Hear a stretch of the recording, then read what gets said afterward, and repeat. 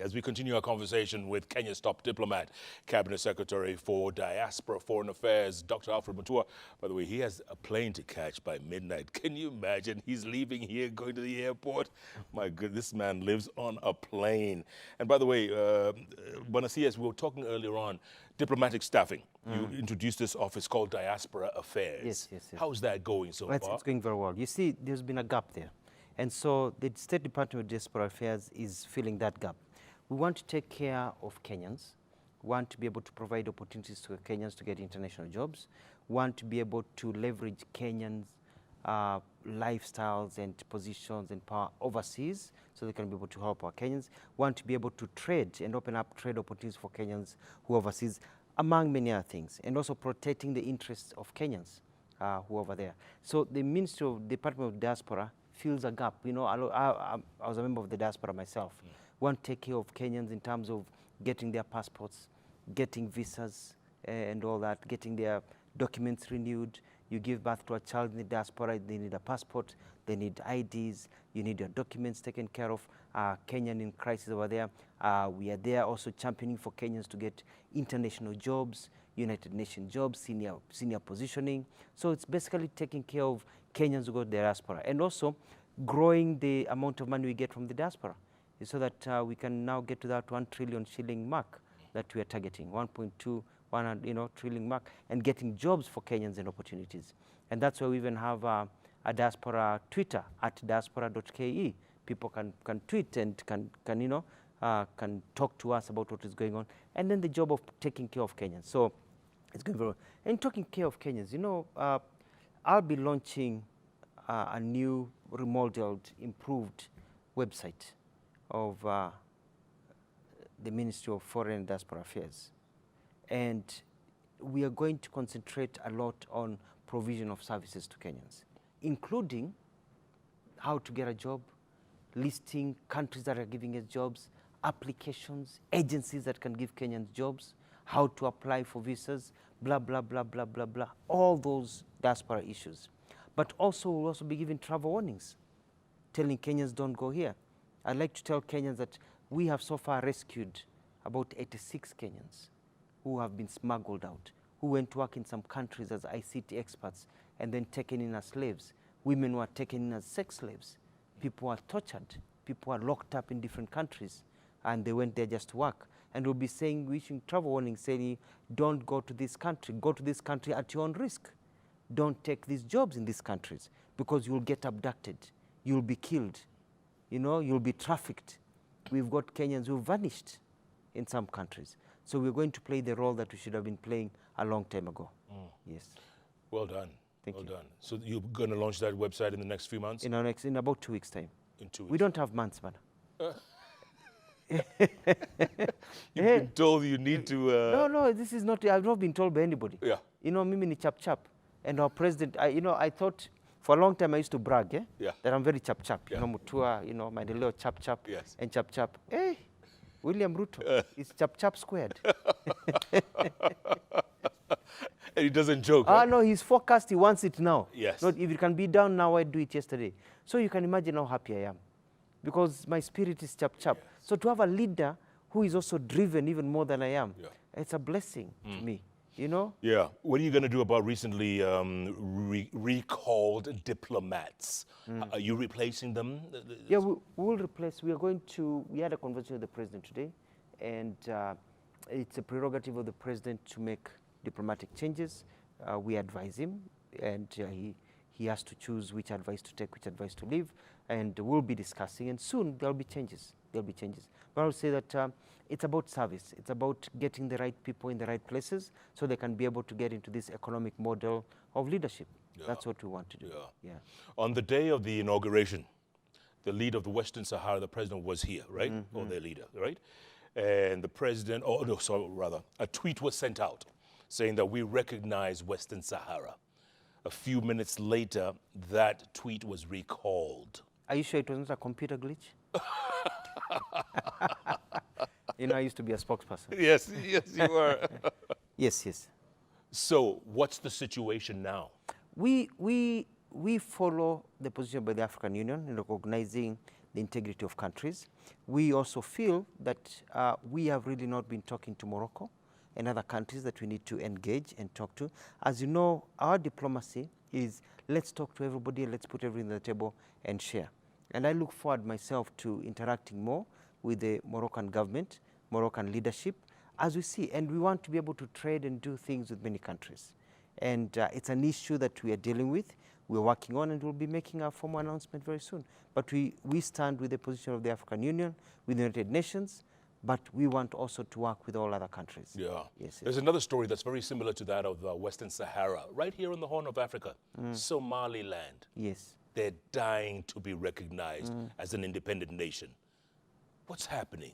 Are we going to recognize them at some point? We recognize that a country called Somalia. We have our friends in Somaliland. It's a region within a country of Somaliland. It's not up to us. I remember I was in Australia as a student when the issue of East Timor came up, you know, and it's until East Timor is recognized by the diplomatic community and it gets into the United Nations, that's when now we recognize it as a country we can have diplomatic relations with, you know. But they are our friends, and we've worked with them, and we worked with Somalia, Somaliland, and we want to see united countries. We want to see people working together, even if they're not working together, to find a way of harmonizing and being able. They are our friends when it comes to peace and stability and other issues. So we will recognize them at some point, hopefully? I think it's a convention that we want to have, but I think right now we have our embassy and we recognize the country of Somalia.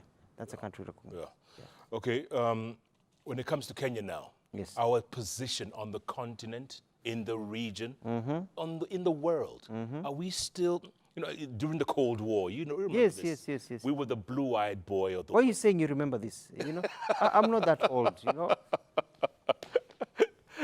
You're younger than I am, but... I know what you're talking about. Yes. Yeah, during the Cold War, the blue-eyed boys of the Western world. Correct. And I think there was a lot of people suffered. People were sidelined, you know. Jaramogi Oginga Odinga and others were suspected to be quote-unquote communist and everything and all that. Our policy right now is world-looking. We are not east-looking, west-looking. You know, we are world-looking. We are thinking, what is it in it for us? We just went to South Korea, and we got goodies, you know, billions of shillings, of dollars, you know, that will be invested here. We talked to the UK, they're investing of 500, million, pounds to our country. We are in contact with the US, you know, we've got companies like Moderna, companies that, will invest here and others will come. We're talking to many other countries. China, it's doing great investment work here. We're using the roads that they've built and they want to come and invest. They have opened up factories here. So we are world looking, and we are not going to get caught up in the fights of other people, in the divisions of other people. We want to think, we are talking about what is it in it for us, and we want to be friends basically with everyone. You know, as Mandela once said that your enemy is not necessarily my enemy. Yeah. And so the enemy of my enemy is my friend. Not necessarily. Okay. Yeah. Okay. The other question we wanted to know is Kenya's okay. When we look outward as a country, yes, do we still command that? Because look, when's the last time we had a high-profile visitor visit Kenya? Because I understand the Pope is going to be in South Sudan next week, and DRC. When's the last time we had a high-profile visitor? But Papa Franco was here not so long ago. One of the first, the Pope, Papa Franco. Yeah, right, Papa Francis, yeah. You know, he was in Kenya, and it was one of the first countries he came to that was high level. President Obama was here. We're getting very high-profile leaders very soon. You'll see actually next month, getting high-profile leaders coming to our country. Yeah. Like who? Do you have some names? The spouse of the U.S. president will be here in this country. We'll get other leaders coming to our country in the next few, the Spain, they're coming here, and countries are, Kenya's place is quite high right now. I was invited to the G7, our country as foreign minister with other G7 foreign ministers, very few of them, because of Kenya's place in the world, because of the role we are playing in the peace process, because of the democracy, and people talk about the democracy that we have. And I was there, I witnessed the democracy, you know. I know what happened. I know, you know, how hard we fought for the victory, you know. Kenyans voted and Kenyans won. And we were peaceful. And our president came out and said, mimi sina uhasama na mtu, I'm not going to hunt on anybody, I'm not going to attack anybody, sitaingilia biashara zako, maisha yako, waendelea na maisha yako, wacha mimi deal na hustlers. Let them come up, you know? Yeah. And that has earned us a high place. Kenya, I go to meetings as a foreign minister. When they call for Kenya, you can hear the silence in the room. It's not Mutua, it's Kenya. Our place is quite high now. Yeah. Yeah. So are we leaning east or are we leaning west? We're leaning wildly. We're not leaning in any way. We're standing straight. You know, we don't have a back problem. So we're leaning forward or backwards. We're flexible. We're flexible. So and it's all about Kenya's interest. Yes. Friend. Yeah, it's all about what are we getting from where. And we are saying that we are not going to stop relating with somebody because of certain politics. Right. We are saying, are those politics good enough for us? What about our own interests as Kenyans? Yeah. We've got an economy to rescue. We've got a lot of youth in this country, bright, educated, who have lost hope. We want to give them hope. Our mamambogas, our trained technicians, our professors in universities. We want to show them that this is a country. We want to take this country where it was when we gained independence. That spirit of hope through action. Absolutely. That's where we are. Absolutely. All right, let's take a look at the tweets that have been coming in very thick and fast. Lots of people watching the show tonight. Robert Muriuki says, what's happening at Nyayo House? Passports are not being issued. Claim of no booklets. What has happened is that we've had machines that have been producing about 5,000 passports a day. Wow. You know, and what has happened is that now when the world changed, and now we have to have the new generation passports, the numbers and the demand has grown. We have just procured new machines, and within a month or two, we'll be producing 13,000 passports a day, renewing passports. So that problem will be gone within 3 months. Hopefully, we're working on it, because many Kenyans waited until the last minute and then applied for the, you know, Kenyan style, eh? Yeah. Last minute. Lastminute.com. What applications nakuja maelfu at the last minute. Yeah. So we can't produce quick enough. So it's a problem of capacity because we thought Kenyans would, and also it's a new government trying to set up better systems of ICT and everything. As you know, also we are going digital. You know, government services will all be digital as we try to improve how we work. Yeah. Yes. Wonderful. Pius Kalkin says, Jeff, ask Daktari what plans he has towards sourcing scholarship opportunities to Kenyan youth seeking to start abroad. I hold unconditional offer to study in the UK, and I have kept differing for the past 2 years due to financial constraints. Deferring, I guess, yeah? Kept deferring for the past 2 years. I was in Algeria, where I managed to squeeze them to get 200 passports. We're talking 200 scholarships. We're talking to India to increase their scholarships to Kenya, Turkey. Every country I go to, I look for scholarships for Kenyans coming from those countries. If you're a Kenyan and you want to go and study overseas, there's a cost element to it. The government cannot support every Kenyan who wants to go and study overseas. And we don't have the budget right now to pay for people who just want to go and study for their scholarship overseas. You know, if we may look at a system where we can have a loan scheme, like how HELP works for Kenyans here, so that you can get loans to go work overseas and you pay back, you know, later on. But they're working because our interest is about the interest of Kenyans. But it's going to be very difficult for us to pay all Kenyans who get permits to go and study overseas, who get visas. Sure. It's unattainable. Absolutely. But we also, there was a time when there were government scholarships for Kenyans. There were, yes. And I'm harmonizing everything so we can provide scholarship. But we want these scholarships to go for the people who deserve them. We don't want the sons of who and who. You know, your father is driving a Prado and you have a government scholarship. You know, we don't want that. Yeah. We want that child in that corner of Kenya, you know, who has no hope but is brilliant to get a scholarship the way they used to. Absolutely. That's a system that I'm putting together. Okay. Only one Ranto, that's your name, okay. You say, please ask Waziri, what is the position of Kenya in regards to setting up a single currency for the East African community? It would be a good catch for the togetherness of the region and open up business. Our president has been talking about integration. That's where we're going. It's about financial integration. And, you know, having the common market, you know, ESC common market, that's where we're going. We'd like to get a currency that we can share, we can use, and grow the currency, become stronger, trade with it, and it will be a great thing. He has said it. I don't need to repeat it. It will be great for business. Absolutely. Yeah. One more tweet was it, because I know you got to catch a plane. Okello Mwalimu says, can the new sheriff at the helm of Foreign Affairs Ministry commit to ending diplomatic tiff between Uganda and Kenya over Migingo? This would enable fishermen to go about their business without fear of arrests. Now, as a sheriff, no, it's an issue that I dealt with when I was government spokesperson. When you say Migingo versus Mijinjo, because Mijinjo versus Migingo Yes. at the time. Yeah. And it's an issue that we're talking. There isn't much of a tiff, but we'll talk. It's about drawing the borders. Right now, we've had a team that has been looking at the border. I have a report sitting on my desk. I called the minister for my counterpart in Uganda to discuss some of the things we want done. And it's not just Migingo, it comes all the way from north of Elgon, you know, coming all the way the Ugandan border, through Lake Victoria, cutting to Tanzania. So we've got a team that has been working on that. And our counterparts need to do some things that they have not done. But as you know, they have just lost their High Commissioner, and I want to pass my condolences to the government of Uganda, to the President of Uganda, Yoweri Museveni, to the people of Uganda, and to the family of Ambassador Hassan, who passed away in Nairobi.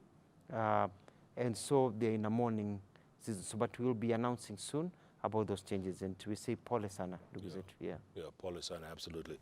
All right, Waziri, before we let you go, moving forward. Yes. I think it's mbele iko sawa. Mbele iko sawa. There's a lot of hope, and I want to tell Kenyans, your hopes are not misplaced. When you went there and voted for William Ruto, when you went there and supported Kenya Kwanza, you did not misplace your vote. You voted the right way, and it doesn't matter, as the president said over the weekend when we were at, in Siaya, it doesn't matter whether you voted for him or not. You are a Kenyan, and you're going to get government services. So we want to show that we can have a government that broke away the issues of tribalism, that you only vote for your people. Hii mambo ya kingpins, tunataka iishe.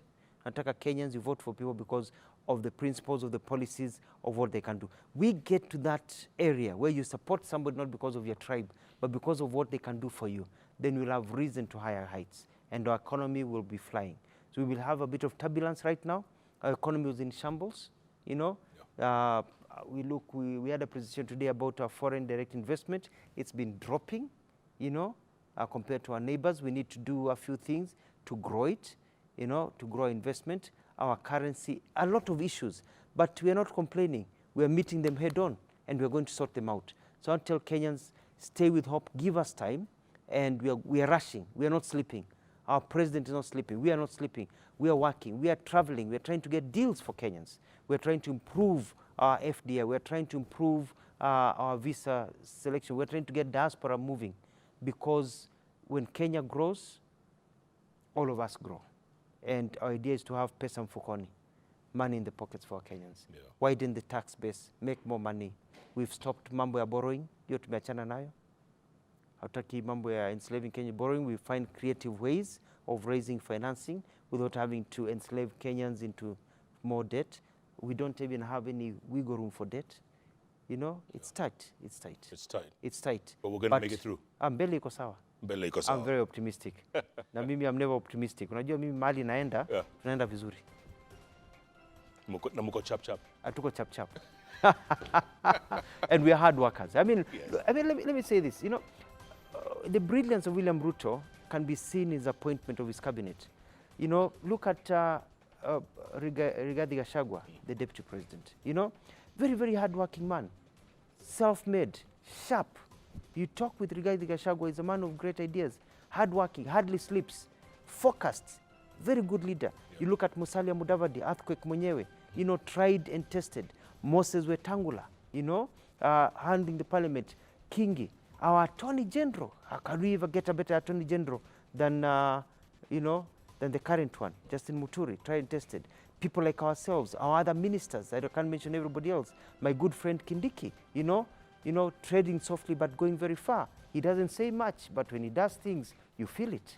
You know, he was able to sort out these Selendigans where people are being stabbed in 3 days. Ikaisha. Your story listened in 3 days. You noticed? I noticed. Yeah, 3 days. Alituambia, give me 3 days. 3 days, Ikaisha. A man of action. So we've got, you know, look at sports, look at women affairs, look at health. I mean, we've got a splendid team. Education, it's a team that will deliver Kenya to the next level. And I thank the president for putting together a very good team. And I'm very thankful to God and very thankful to the president for including me in his team. And I'm going to give it all. I don't sleep. I'm always thinking constantly, what can I do to make life better for Kenyans? How can I help the president? How can I help the cabinet? What can I do as Alfred Mutua with my experience, with my education, with my connections to make it easier for that child out there who is walking around with torn clothes so they can have a better life than their parents did. Tell you what, Mheshimiwa, you can come here anytime on the show, huh? Thank you very much. I know you're a busy man, but you know, we'll get you every now and then. I want to thank you for the opportunity. Yes. And I'm glad to be here, and I'll come again and again. And I'm welcome to follow me on Facebook and Twitter, ask me questions. If there are any challenges anywhere, let me know. I may not reply, but I read and I action. And it's at Dr. Alfred Mutua, right? At Dr. Alfred Mutua, yes. There you go. Thank you.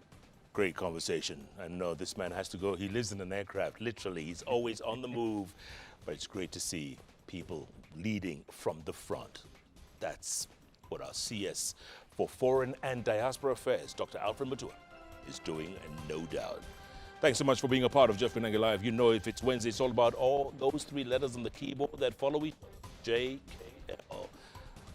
Next week, another top guest, just like we had this week. We're going to continue doing that. A conversation that involves you, us, everyone at Kenyans. Thanks so much, folks. Good night. Good luck. God bless you all. Thank you, sir. Thank you very much. Good job. Very nice. Asante. Thank you.